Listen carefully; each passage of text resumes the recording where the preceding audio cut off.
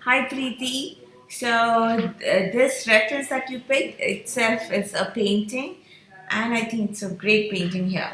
So you did a copy of the painting, and I feel that it's coming along. Some part are good, some part you need to rework on. Let's talk from top to bottom. So you have the trees, then the sky, and then far away bushes or lost and found edges, and then the front. The light is hitting from this direction because you can see a lot of yellow, and then it's traveling around the ground in the back and then coming forward this way, right? So here in the reference you can see the artist has used a variety of browns on the trunk and a variety of greens on the for the leaves, right? So trunk doesn't have to be brown always, right? Especially this color brown. So observe the trunk. I feel personally it is a mixture of brown, gray, sometimes uh, really bright, white color trunks. So it is very important to match the color. So um, we have always like since childhood people draw brown trunks and the green leaves, but when you actually explore the nature it's not always the case, right? So see how the artist has used beautiful yellow ochres, white, a lot of burnt umber, and there is the gray here which is the shadow side of the trunk, a lot of gray you can if you zoom into the picture. So observing the colors and the value is very important.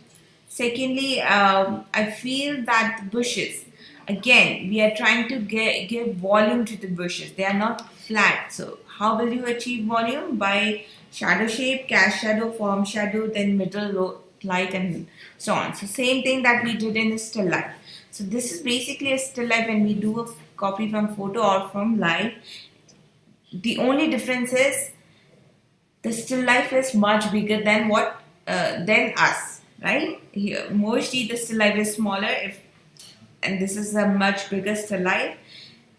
Instead of artificial light, we are using a natural light source, which there are two sources here. One is the sun, the second one is the sky. Rest, everything remains the same. So all you need to do is, you have done it, but then you need to push it more. See the greens, there are yellow greens, ochre greens, some reddish greens, bluish green. So I try to add a variety of greens. Try to use different brush for different textures.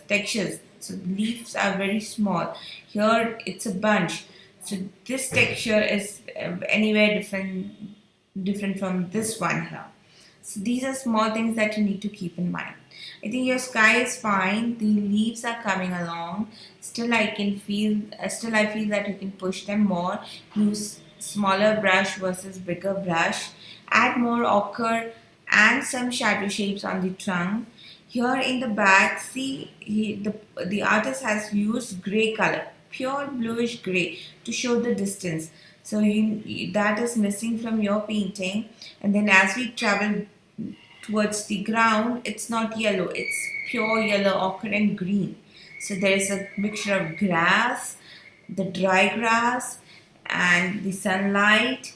So this particular color is needed, and see this color is traveling slowly all the way to the front.